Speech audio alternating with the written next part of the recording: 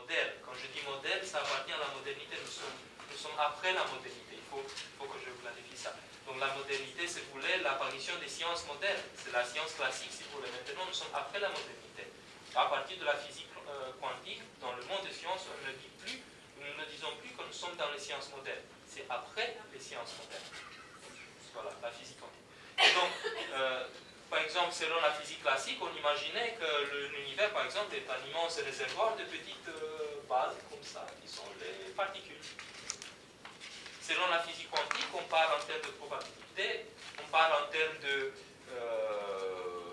configurations énergétiques. Si on essaie de décrire l'atome, écoutez, c'est des nuages, des probabilités, tout ça. Donc la terminologie est vraiment différente. C'est-à-dire, par exemple, l'électron, on peut imaginer que l'électron est là, mais en même temps, l'électron est aussi de l'autre côté.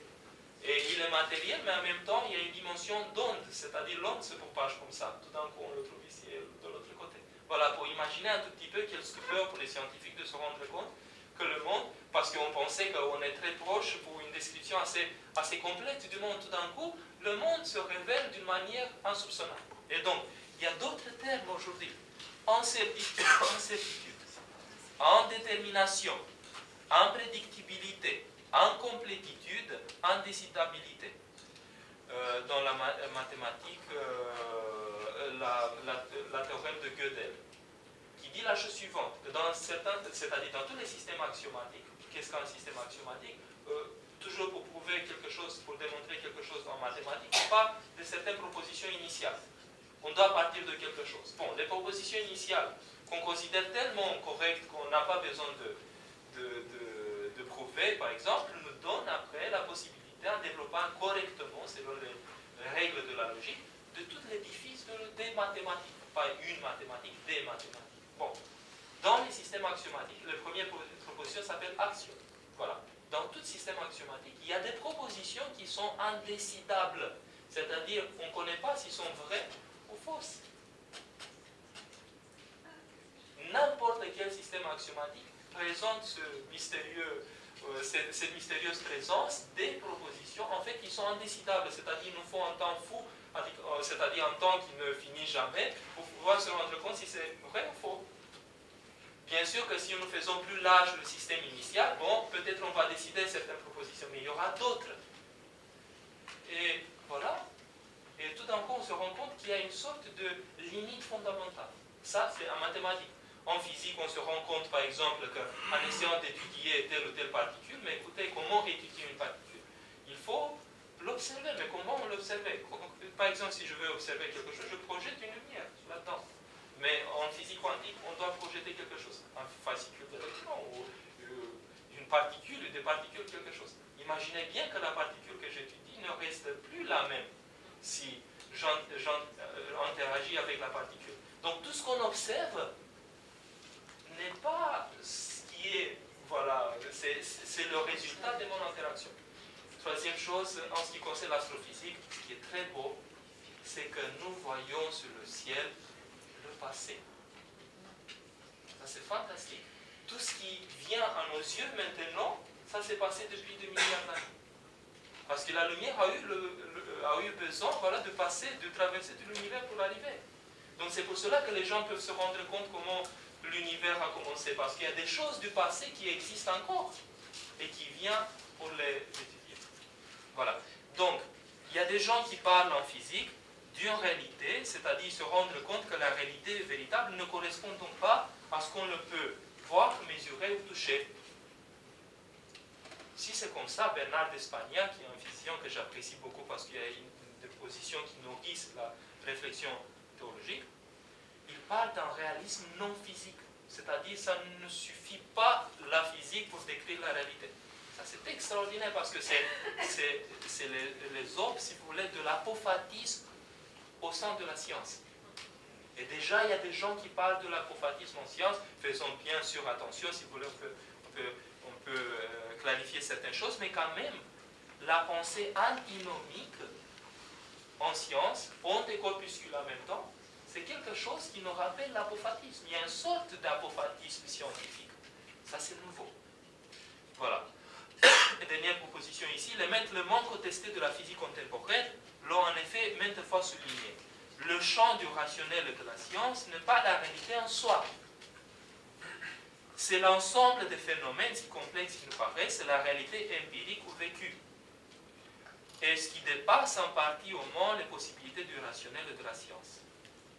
Ça, c'est une révolution. C'est-à-dire, Bernard d'Espagna parle d'une réalité qui structure cette réalité qu'on peut toucher, en imaginant les outils de mesure les plus doués qu'on peut avoir, mais au-delà de ça, quand même, il y a, comme l'iceberg, si vous voulez, c'est une partie visible et une partie immergée qui soutient la partie visible.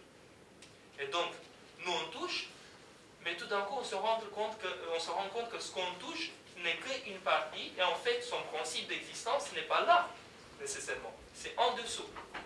Et c'est extraordinaire. Donc, imaginez bien dans quel contexte nous vivons. Et donc, dans ce contexte, imaginez bien le défi, la quête, la recherche des gens de science qui se rendent compte que l'univers est bouleversé. Ils veulent bien comprendre. Et en même temps, le défi en ce qui concerne nous, les gens que nous sommes dans l'Église, pour pouvoir traiter tout ce genre de changement au profit de notre vie.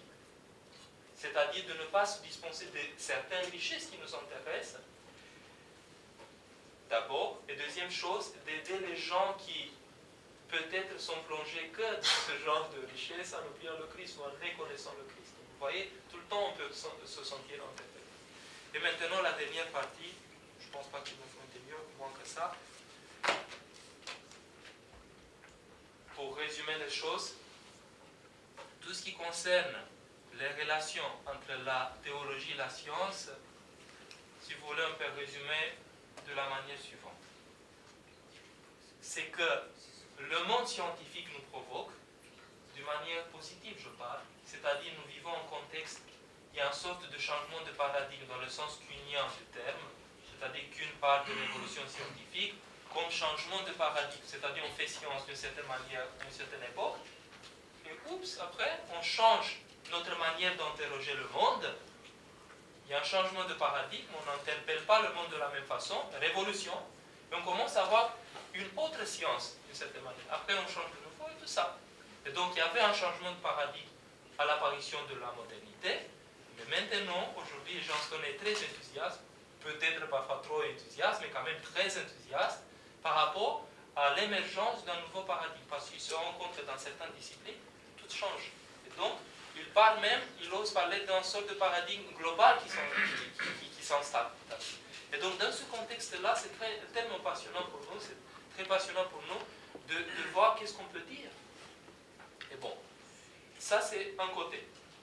Ceux qui vivent dans l'Église peuvent répondre à ce genre de problématique. Deuxième chose, il faut voir qu'est-ce que les pères de l'Église ont fait par rapport à ce genre de problématique. Parce que ce n'est pas nécessairement des scientifiques. On peut voir par exemple Jean Kowalewski, je ne sais pas si vous connaissez directement, c'est un physicien et il est orthodoxe, je pense qu'il vit à Nice, voilà. Pardon? Il habite à Grasse. À Grasse, voilà. Je pense que nous le connaissons, plusieurs d'entre nous. Par exemple, il choisit des sujets qui sont très intéressants. Par exemple, les antinomies, comment on résout les antinomies en théologie, comment on résout les antinomies en science. Il fait des parallèles comme ça pour voir la richesse de chaque réflexion, pour voir les deux ensemble. Voilà. Il y a d'autres qui s'occupent des choses. Alexei Nesteriuk, par exemple, en Grande-Bretagne, par exemple, il est un théologien, si vous voulez, orthodoxe qui est mathématicien en même temps. Et donc, il est le seul en Occident, d'après ce que je connais, qui a écrit 2 livres qui sont des livres extraordinaires. Il parle d'une vision eucharistique, liturgique, mais tout d'abord eucharistique, dans laquelle la science peut être assumée. De quoi il s'agit dans 2 mots? C'est que nous on reçoit tout de ce monde, mais il faut redonner à Dieu.